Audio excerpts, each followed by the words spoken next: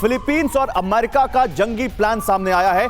America और Philippines का युद्धाभ्यास, सेना और एयर डिफेंस भी इस युद्धाभ्यास में शामिल है। देखिए ये तस्वीरें, देखिए उस युद्धाभ्यास की तस्वीरें।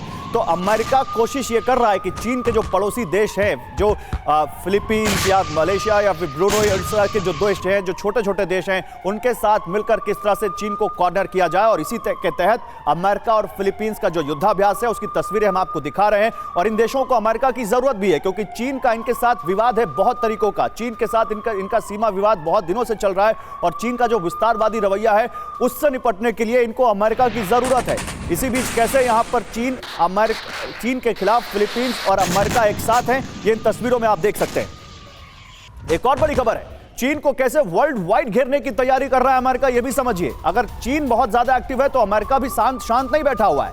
चीन को घेरने के लिए ऑकस का बड़ा प्लान। ऑकस यानी ऑस्ट्रेलिया, यानी ब्रिटेन, यानी अमेरिका। ऑस्ट्रेलिया को न्यूक्लियर सबमरीन देगा अमेरिका। इंडो पैसिफिक में चीन को कड़ा जवाब देने की तैयारी में है अमेरिका और ऑस्ट्रेलिया।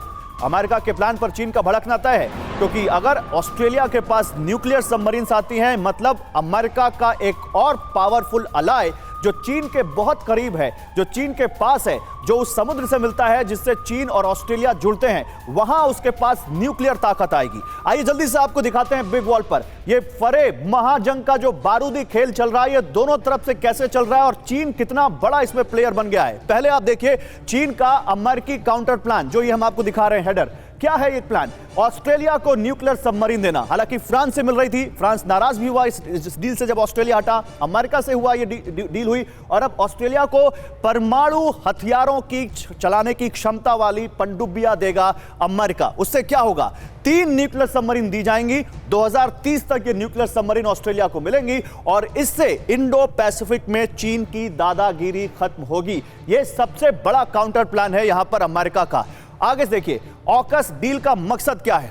पहला, ऑस्ट्रेलिया को मजबूत बनाना। दूसरा, चीन से टक्कर लेने के काबिल बनाना। तीसरा, तीनों देश खुफिया जानकारी भी साझा करेंगे, और इससे ऑस्ट्रेलिया और ब्रिटेन अलग प्रकार की पनडुब्बियां बनाएंगे। पनडुब्बी न्यूक्लियर रिएक्टर और हथियार प्रणाली की क्षमता से लैस होगी।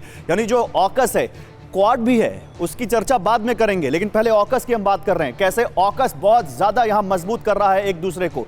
जल्दी से मैं यहां पर एक छोटा सा रिएक्शन अशोक सर आपका। अशोक सर, क्या ये चीन और रूस की काट ऑकस हो सकती है, या आपको लगता है कि ये एक वो जो दुनिया भर में पावर बैलेंसिंग है उसकी पूरी रेस हो रही है? देखिए, मेरे विचार से तो ये रेस शुरू हो चुकी है, काफी हद तक शुरू हो चुकी है।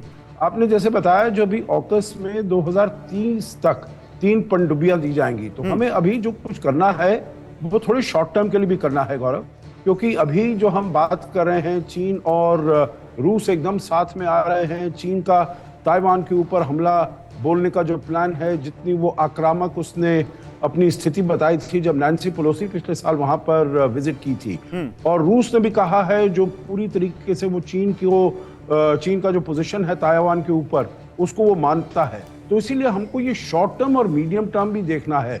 और ये जो ऑकस है ये ज्यादा लॉन्ग टर्म है। 2030 तक इसका कुछ ना कुछ नतीजा, कुछ ना कुछ इसका निष्कर्ष जमीन पर दिखाई देगा।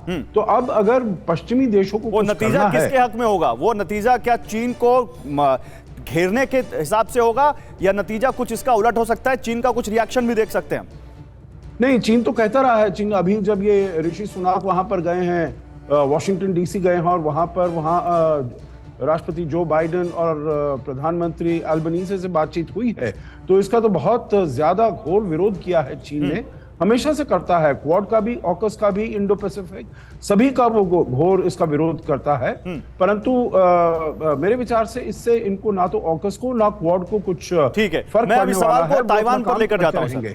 मैं इस सवाल को ताइवान पर लेकर जाता हूं। जनरल दत्ता, रूस किस तरह से चीन की ताइवान प्लान में मदद कर सकता है? हम देख रहे हैं चीन तो मदद कर रहा है रूस की, और वो बड़ा इनडायरेक्ट चैनल से, बेलारूस के जरिए, चाहे कैसे भी, लेकिन ये हम कह सकते हैं कि चीन इस वॉर में रूस की मदद कर रहा है। वो दिखा ना रहा हो, लेकिन सबको पता है। रूस क्या मदद कर सकता है ताइवान प्लान में चीन की? क्यों यहां पर चीन और जब रूस के राष्ट्रपति मिलेंगे तो क्यों यहां पर ताइवान की चर्चा क्यों होगी?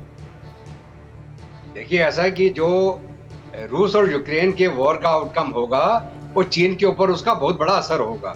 तो इसलिए चीन चाहेगा कि रशिया जो भी उसका स्पेशल मिलिट्री ऑपरेशन था, जो भी उसने अपना एम लेके चला था, उस एम को हासिल कर पाए और वो जगह पे जाके जंग रुक जाए, तो लड़ाई भी मदद होगी और उसका नेगोशिएशन करके पीस के लिए भी बातचीत की जाएगी जेलेंस्की के साथ। अगर जो जा रहे हैं शी जिनपिंग, वो हो सकता है कि जेलेंस्की के साथ भी बात करेंगे, जो उन्होंने प्रपोजल दिया था। जहां तक रूस का चीन को मदद करने का सवाल है ताइवान के ऊपर, ये अभी ताइवान और चीन वन चाइना पॉलिसी ये तो एक्सेप्टेड है, अमेरिका ने भी एक्सेप्ट किया हुआ है, लेकिन वो ये चाहते हैं कि ये लड़ाई के माध्यम से ना हो, यूनिफिकेशन हो तो ये रजामंदी से हो, जिसमें ताइवान रजामंदी के साथ चीन से जुड़े। ठीक बात है। जबकि ताइवान का कहना है कि वन चाइना पॉलिसी का मतलब ताइवान चाइना है और मेनलैंड चाइना उसके साथ मिलेगा। तो इसमें एक थोड़ा जो इसमें डिफरेंस है ऑफ अंडरस्टैंडिंग। ताइवान आपके पास बोला कि मैं इंडिपेंडेंट हो रहा हूँ, वो कह रहा वन चाइना पॉलिसी कि हम वन चाइना पॉलिसी में रूस का क्या योगदान हो सकता है चीन के प्रति, यही सब सवाल है।